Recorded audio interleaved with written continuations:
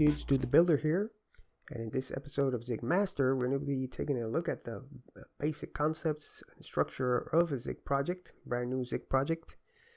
There are a couple of resources. Let's switch over to the browser. Here we have a GitHub issue on the Ziglang Zig repository on GitHub that explains the evolution of the terminology related to a project and the build system. Here, this part here where it says the solution is the really important part, because it'll tell you the definition of the terms that we're going to be using. Here it says a package. You also have what are dependencies, what are modules, and a compilation artifact. Okay, so those are basically the most important terms that we can use when dealing with a Zig project that uses the build system. We also have this document here, this article that's basically a guide for the Zig build system.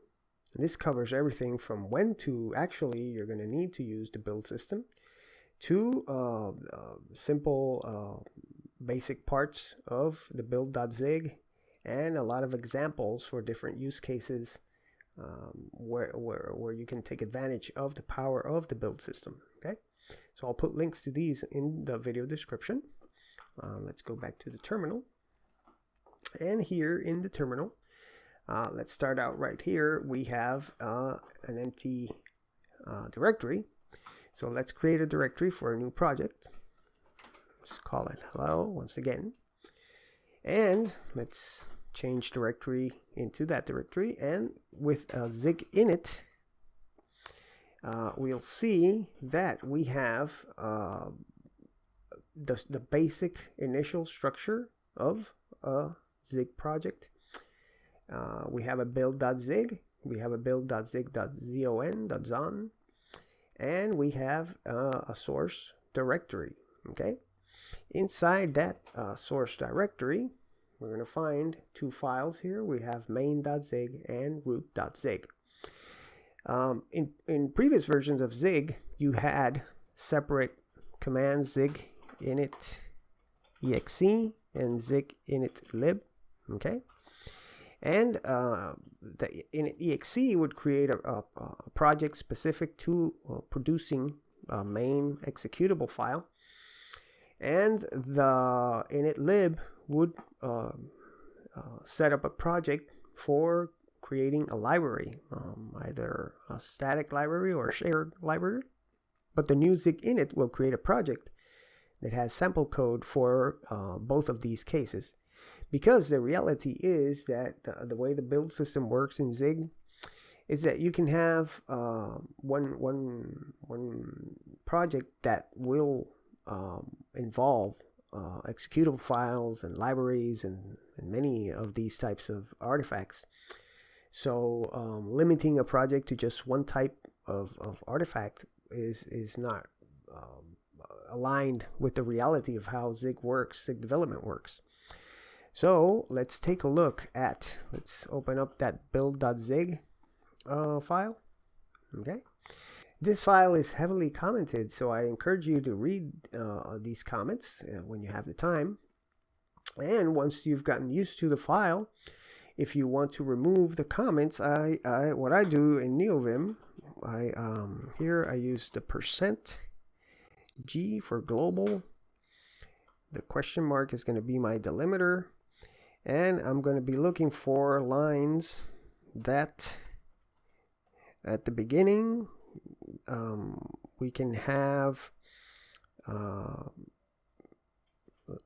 let's say any number of spaces followed by a couple of forward slashes, and then basically any other character and the end. Okay, our delimiter, and what do we want to do with this? We want to delete. Okay, that's the D, and with that we just deleted all of the comments in one go. That's one of the nifty features of NeoVim. So here what we have, we are specifying here the target and the optimize as standard options. that are provided by the build system. And what this does is that it allows the user in the command line to specify the target triple that they want to use when compiling the project, and the optimization level. Okay, and we'll take a look at that further down in the series with more detail. If you're coming from the Zig in Depth series, this basically is the same as in previous versions of Zig. Here we have an example of a step that will build a static library, and this field here, the root source file, is the important field here that tells Zig where to find the entry point basically for this static library. We're telling it's in the source directory, and the file is called root.zig. And here it's really important line here that it's telling the build system to actually install the artifact produced by this compilation step here, that we are basically saving a reference here into this identifier called lib. Well, here we're telling the build system to actually install the artifact, and what this means is that whatever is produced from this step is going to be actually saved to a file in what's known as the prefix directory, and we're going to be talking about that in a while here. And here we have the example of an executable that we want to build and compile. Once again, we have this root source file field here, and in this case it's in source main.zig. And once again, we have the install artifact method being called on our build object. So and we're passing in the exe identifier here, where we're saving a reference to whatever is produced in this executable building step. Okay, and here for convenience we're adding a run command which will run our executable specifically, and in addition we add the actual arguments, that if any arguments are passed to the build system, we can pass them along to that executable. And here is the actual run step where we define this term that we're going to use with Zig build, and a little description here. And finally we add the step and tell it that we depend on the run command step. Okay, and here we have a step for running tests on the library that we're producing. Okay, and some tests to run against our main.zig, our executable that we're producing. And this takes advantage of the fact that you can put tests right in with your other source code files in Zig. Okay, now let's open up build.zig.zon. Okay, and here we also have a heavily commented file. I also encourage you to read all these comments. If we apply that expression, you'll see that the file is basically reduced to almost nothing. Here we have a default version. We have, at the moment, we don't have any dependencies, and this paths field is important. It's going to be a list of strings that basically lists the files that make up this package. And it's important because a hash is going to be built using the files that you list here. If you only provide one item and it's the empty string, then it'll basically recursively hash the files, all of the files starting at the build root, which is basically the root of your project. It's recommended that once your project is reaching the stage where you can publish it and share it for others to use, for example, you could then be more specific here and add the files. For example, you could add here build.zig. Okay, and let's add here build.zig.zon, and let's also add here src. And if later on you're going to have a readme file, you add it here also. and the license file. You can have that here also. Okay, there's an example of specifically listing out the actual files that you are explicitly telling the build system that are part of this package. So you can have other files in your project directories, and if they're not listed here, they won't be included in that hash. So basically, it's as if they were not part of your package. Okay. So let's close this, and let's take a look at that root.zig file. This root.zig file is basically the example for a library. As we saw in the build.zig, this is the file that's being referenced when we're talking about the static library that we're going to build. And in this library, we only have one exported function called add. You see here in Zig, the export keyword is used to provide a function in a library that can be used, for example, from another language like C. When you produce a static library, it's expected that you're going to have some functions that are exported, and those are the ones that provide the API for your library. So here we have this export keyword. The fn keyword in Zig is used to declare a function. The function is called add. It takes two parameters here of type i32, which is a signed 32-bit integer, and we return also an i32. Basically, with the return keyword, we are returning the addition of a plus b. Here we have a test, an example of how we can test in Zig right in our source code files. Simply, we use the test keyword, we give it a name as a string, and in this block that you see here, within these braces, we have our testing code. We're going to try here. The try keyword will execute a function, and if that function returns an error, it'll return that error, propagate it, and in the case of testing, if we return an error, the test will fail. There's a lot of testing utility functions in the testing module of Zig, the testing namespace. One of these is expect, and expect has only one argument that you're going to be passing, and that is an expression that has to evaluate to a Boolean, a true or false. And here what we're doing is adding 3 and 7 with our add function, and we expect it to be equal to 10. Okay? And let's take a look at our main.zig example file. This one is also quite commented. And here we have an example of using a debug print, which, as you can see, there is no try keyword, so this cannot fail. And it's used for debugging. It prints out to the standard error.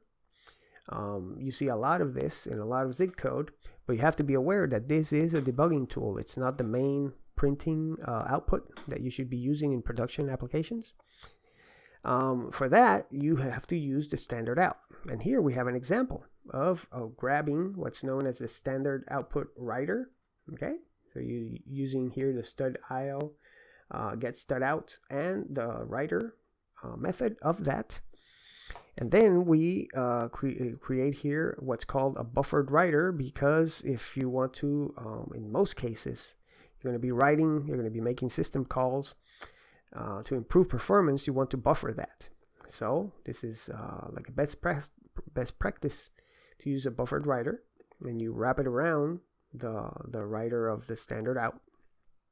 And here, basically, we are taking the writer of that buffered writer, and we are assigning it here to this constant identifier called standard out, stud out. And then we can use that to print our message. And as you can see in this case, when we print with debug print, there is no try, but when we use standard out, we use try because this can fail. Okay. And finally, we do a flush on our buffered writer to flush out any bytes that may be remaining in that memory buffer. And once again, that can fail, and we use try here.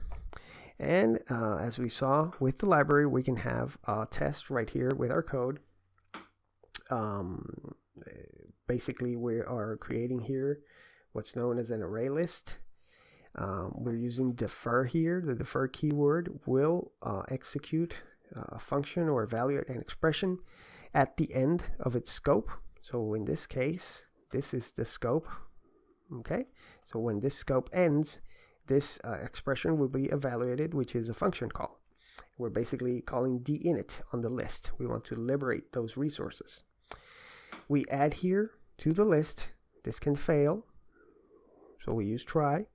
And then we use a try from the testing namespace, expect equal, which basically is saying that we are expecting, as the result of this method call list.pop, an I32 with the value 42.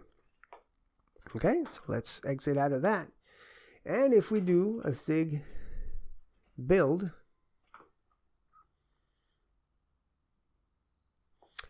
okay, no output means that it was executed successfully. If we now look at our project root directory, we're going to see that in addition to the files and the source directory, now we have a zig cache and a zig out. Okay, zig cache is where the build system will store the products of intermediary steps and also any dependencies that it processes also as intermediary steps. So the next time that you run zig build, it'll run much faster, because if there are things that haven't changed, it'll use the ones in the cache. And in zig out, we're going to have the actual build artifacts. That's the prefix directory I talked about. By default, if you don't specify any other, here when we do the zig build, we can specify -p, and we could put, for example, /user or /local, for example, and that would then place the artifacts in that other directory. So just a zig build without any prefix directory, the default is in zig out. So let's take a look. In zig out, we're going to see that we have two subdirectories, bin and lib.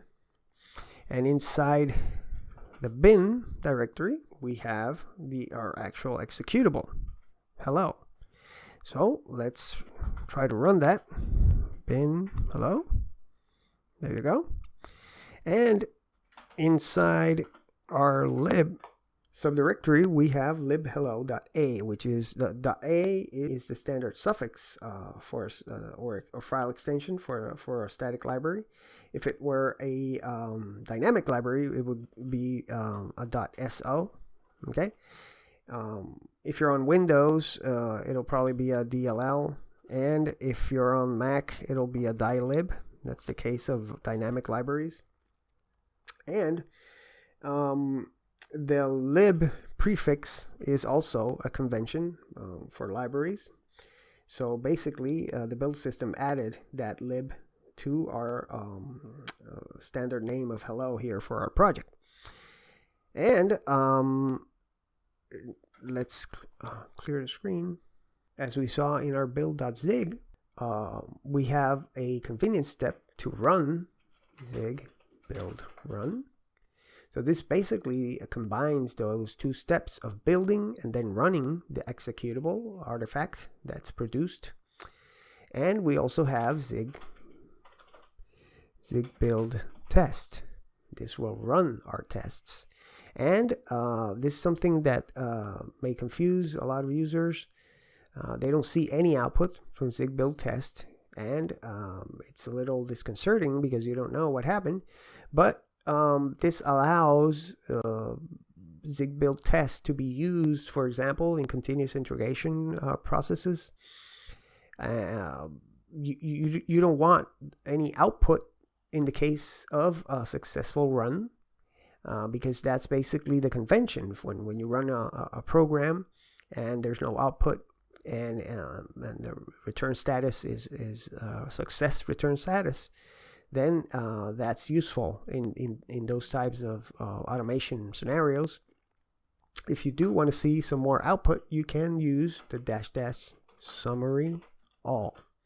Okay, and here it'll tell you basically what's going on. Here basically all of these steps say that they were cached, which means that there's a cache version of the result of each of these steps in the zig cache directory. Let's remove that directory, zig cache, and you can do this safely. There's also, if for some reason you have any problems with a cache dependency or something like that that doesn't want to update, there is a global cache directory. Let's look at, in our home directory, we have a .cache, okay? And in there, you're going to see that there's a zig subdirectory. So let's clear the screen. And let's look at that, zig, okay? So in the case that you are having a problem with the cache, you can also delete this .cache /zig subdirectory, and it will be recreated, okay? So we deleted the cache. Let's do a zig build test -- summary all. And you'll see that now we are actually building once again. And now instead of all those steps that said cache, we have here the success message. So basically telling us that it actually did the process. If we run this again, now we see once again that they are all cached. And if we look at our project directory, we have the zig cache again, once again. So for this video, that's basically what I wanted to cover. This is the basics of your brand new Zig project structure. If you're only going to be making a library, you can feel free to delete the part of the build.zig and delete the source main.zig file if you're not going to use it. And vice versa, if you're only making an executable, you can delete the root.zig and delete the part of the build.zig. That adds that static library, okay? So I hope you find this information useful. Dude the Builder here. I'll see you in the next one.